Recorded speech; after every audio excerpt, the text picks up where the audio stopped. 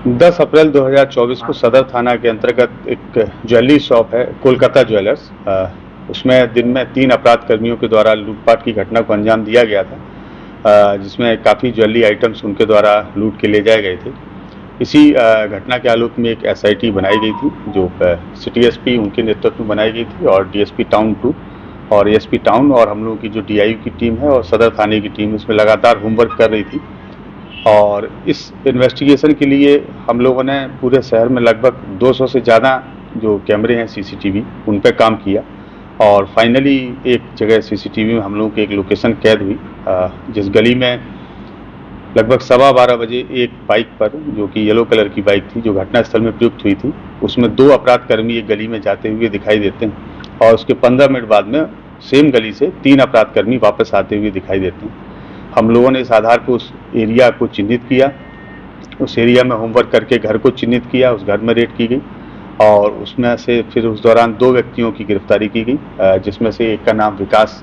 झा है और दूसरे अपराध कर्मी का नाम अरविंद कुमार है। इन लोगों से पूछताछ के दौरान इन लोगों ने अपनी संलिप्तता को स्वीकार किया, और इस घटना में जो अन्य 3 अपराध कर्मी थे जो घटनास्थल पर आए थे उनके बारे में जानकारी दी। फिर टीम उस इनपुट के आधार पर लगातार काम कर रही थी। इसी बीच इनपुट प्राप्त हुआ कि इसका जो मुख्य अपराध कर्मी है जिसका नाम अनुपम झा है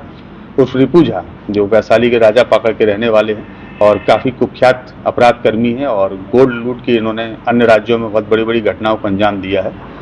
उनकी लोकेशन जम्मू कश्मीर में कटरा के आसपास है। टीम वहाँ गई, कटरा के पास से इनको डिटेन किया गया और पूछताछ के लिए वहाँ से लाया गया। रास्ते में इनसे इंटरोगेशन हुआ, इन्होंने अपना अपराध स्वीकारा और बताया कि जो अन्य साथी हैं वो वाराणसी में हैं, और जो भी लूटे गए ज्वेलरी आइटम्स हैं वो वाराणसी में रखे हुए हैं। टीम ने बनारस में रेड की,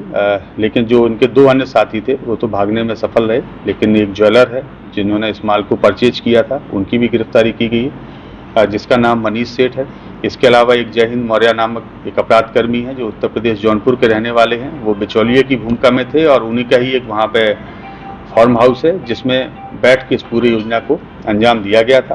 तो इस प्रकार से इस पूरी घटनाक्रम में अभी तक हम लोगों ने 5 लोगों की गिरफ्तारी की है, और जो लूटा हुआ ज्वेलरी आइटम था उसमें से लगभग 1 kg चांदी है और 15 ग्राम गोल्ड है, उसको हम लोगों ने रिकवर किया है। 2 अपराध कर्मी इसमें अभी भी फरार हैं, जिनकी गिरफ्तारी के लिए हम लोग प्रयास कर रहे हैं। कल देर रात्रि में जब इन सारे अपराध कर्मियों को जिला लाया जा रहा था बनारस से, तो उसी क्रम में आज सुबह 4 बजे जो मुख्य अपराध कर्मी अनुपम झा, इन्होंने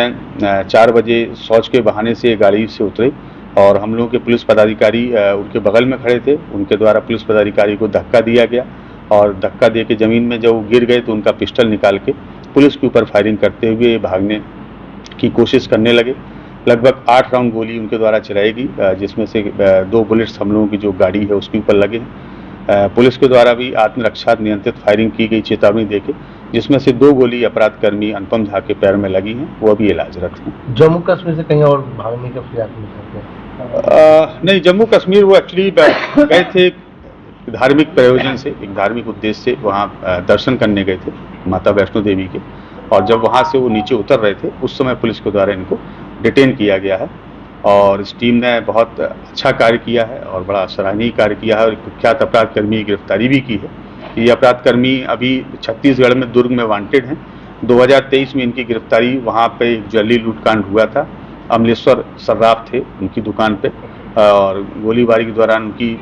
हत्या भी इनके द्वारा कर दी गई थी इनकी टीम के द्वारा। और जब इनकी गिरफ्तारी की गई तो ये हॉस्पिटल में एडमिट हो गए बहाना बना के, और हॉस्पिटल में इनके सहयोगी लोग आए जिनके द्वारा वहाँ फायरिंग की गई, और हॉस्पिटल के कर्मियों को और वहाँ के पुलिसकर्मी जो ड्यूटी पर थे उनको बंधक बना के एक कमरे में बंद कर दिया गया, और इनको लेकर भागने में वो लोग सफल हो गए। तो जो दुर्ग की टीम है वो भी शीघ्र यहाँ पहुँच रही है, और जो जो केस में वांटेड हैं उसमें वो लोग इनको रिमांड पर लेंगे। देखिए,